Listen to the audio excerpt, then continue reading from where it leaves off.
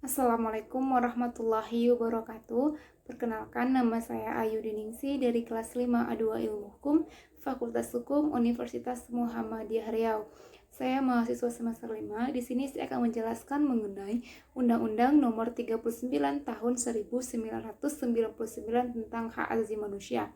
Nah, menurut Undang-Undang Republik Indonesia Nomor 39 Tahun 1999, yang dimaksud dengan hak asasi manusia adalah seperangkat hak yang melekat pada hakikat dan keberadaan manusia sebagai makhluk Tuhan yang Maha Esa dan merupakan anugerahnya yang wajib dihormati, dijunjung tinggi, dan dilindungi oleh negara, hukum, pemerintah, dan setiap orang demi kehormatan serta perlindungan harkat dan martabat manusia. Hak asasi manusia dalam Undang-Undang Nomor 39 Tahun 1999 merupakan hak dasar yang secara kodrati melekat pada diri manusia yang bersifat universal dan langgeng. Oleh karena itu harus dilindungi, dihormati, dipertahankan, dan tidak boleh diabaikan, dikurangi, atau bahkan dirampas oleh siapapun. Selain itu, hak asasi manusia juga mempunyai kewajiban dasar antara manusia yang satu terhadap yang lainnya dan terhadap masyarakat serta keseluruhan dalam kehidupan bermasyarakat, berbangsa, dan bernegara. Adapun pemikiran pembentukan Undang-Undang Nomor 39 Tahun 1999 tentang hak asasi manusia itu sendiri adalah: yang pertama, Tuhan yang Maha Esa adalah pencipta alam semesta dengan segala isinya. Yang kedua, pada dasarnya manusia dianugerahi jiwa, bentuk, struktur, kemampuan, kemauan, serta berbagai kemudahan oleh penciptanya untuk menjamin kelanjutan hidupnya. Yang ketiga, untuk melindungi, mempertahankan, dan meningkatkan martabat manusia, diperlukan pengakuan dan perlindungan hak asasi manusia karena tanpa hal tersebut manusia akan kehilangan sifat dan martabatnya sehingga dapat mendorong manusia menjadi serigala bagi manusia lainnya. Nah, selanjutnya, karena manusia merupakan makhluk sosial, maka hak asasi manusia yang satu dibatasi oleh hak asasi manusia yang lain, sehingga kebebasan atau hak asasi manusia bukanlah tanpa batas. Selanjutnya, hak asasi manusia tidak boleh dilenyapkan oleh siapapun dan dalam keadaan apapun. Setiap hak asasi manusia mengandung kewajiban untuk menghormati hak manusia orang lain, sehingga di dalam hak asasi manusia terdapat kewajiban dasar. Selanjutnya, hak asasi manusia harus benar-benar dihormati, dilindungi, dan ditegakkan, dan untuk pemerintah, aparatur negara, dan pejabat publik lainnya mempunyai kewajiban dan tanggung jawab menjamin terselenggaranya penghormatan, perlindungan, dan penegakan hak asasi manusia. Nah, dalam undang-undang ini, pengaturan mengenai hak asasi manusia ditentukan dengan berpedoman pada Deklarasi Hak Asasi Manusia Perserikatan Bangsa-Bangsa, Konvensi Perserikatan Bangsa-Bangsa tentang penghapusan segala bentuk diskriminasi terhadap wanita, Konvensi Perserikatan Bangsa-Bangsa tentang hak-hak anak, dan berbagai instrumen internasional lain yang mengatur mengenai hak asasi manusia. Materi undang-undang ini disesuaikan juga dengan kebutuhan hukum masyarakat dan pembangunan hukum nasional yang berdasarkan Pancasila dan Undang-Undang Dasar 1945.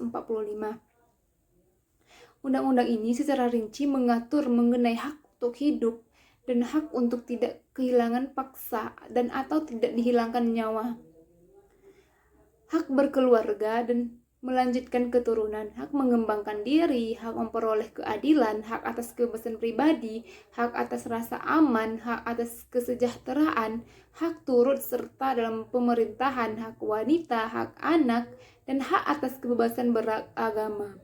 Selain itu, selain mengatur hak asasi manusia, diatur pula mengenai kewajiban dasar serta tugas dan tanggung jawab pemerintah dalam penegakan hak asasi manusia.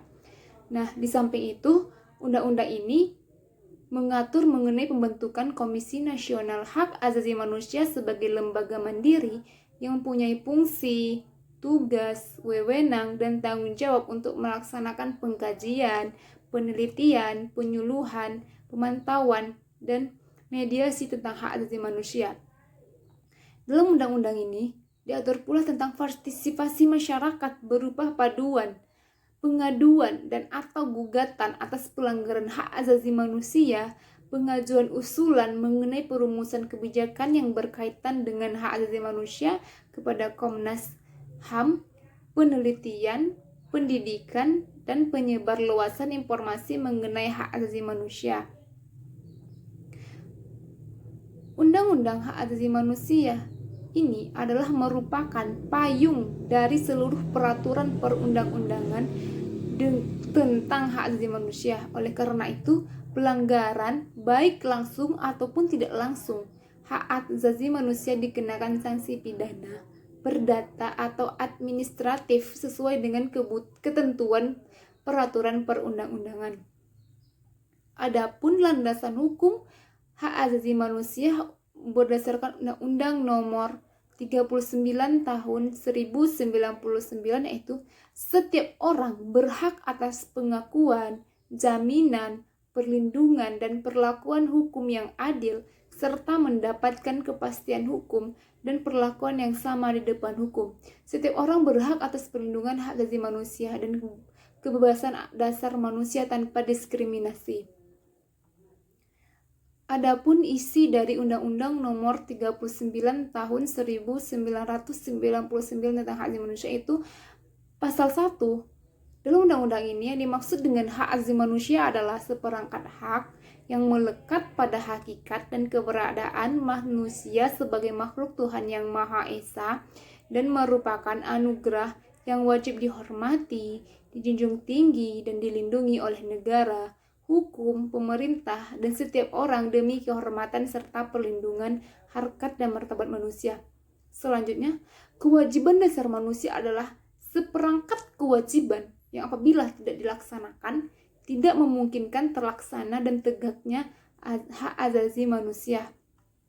Yang ketiga itu, diskriminasi adalah setiap pembatasan, pelecehan, atau pengucilan yang langsung ataupun tidak langsung didasarkan pada pembedaan manusia pada dasar agama, suku, ras, etnik, kelompok, golongan, status sosial, status ekonomi, jenis kelamin, bahasa, keyakinan politik yang berakibat pengurangan, penyimpangan atau penghapusan, pengakuan, pelaksanaan atau penggunaan hak asasi manusia dan kebebasan dasar dalam kehidupan baik individual maupun kolektif dalam bidang politik, ekonomi, hukum, sosial budaya, dan aspek kehidupan lainnya.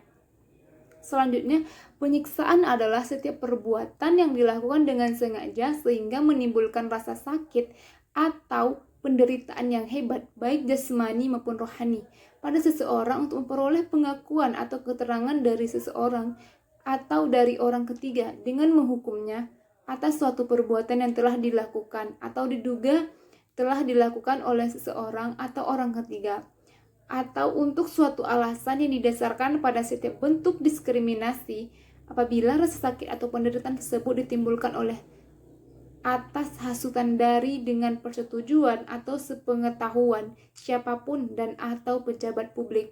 Nah, selanjutnya, anak adalah setiap manusia yang berusia di bawah 18 tahun dan belum menikah, termasuk anak yang masih dalam kandungan apabila hal tersebut adalah demi kepentingannya. Selanjutnya, yang keenam, pelanggaran hak asasi manusia adalah setiap perbuatan seseorang atau sekelompok orang yang termasuk aparat negara, baik disengaja ataupun tidak disengaja, atau kelalaian membatasi dan atau mencabut hak asasi manusia seseorang atau kelompok orang yang dijamin oleh undang-undang ini dan tidak mendapatkan atau dikhawatirkan tidak memperoleh penyelesaian hukum yang adil dan benar berdasarkan mekanisme hukum yang berlaku. Nah, selanjutnya pasal 2, Negara Republik Indonesia mengakui dan menjunjung tinggi hak asasi manusia dan kebebasan negara sebagai hak yang secara kodrati melekat pada dan tidak terpisahkan dari manusia, yang harus dilindungi, dihormati, dan ditegakkan demi peningkatan martabat, kemanusiaan, kesejahteraan, kebahagiaan, dan kecerdasan, serta keadilan. Nah, hak yang diatur dalam Undang-Undang Nomor 39 Tahun 1999 terdapat dalam pasal 4 yaitu hak untuk hidup, hak untuk tidak disiksa, hak kebebasan pribadi, hak pikiran dan hati nurani, hak beragama, hak untuk tidak diperbudak, hak untuk diakui sebagai pribadi dan persamaan di hadapan hukum, dan hak untuk tidak dituntut atas dasar hukum yang berlaku. Surut adalah hak asasi manusia yang tidak dapat dikurangi dalam keadaan apapun dan oleh siapapun. Baiklah, sekian yang dapat saya sampaikan. Lebih dan kurang saya mohon maaf. Wabillahi taufiq wal hidayah. Assalamualaikum warahmatullahi wabarakatuh.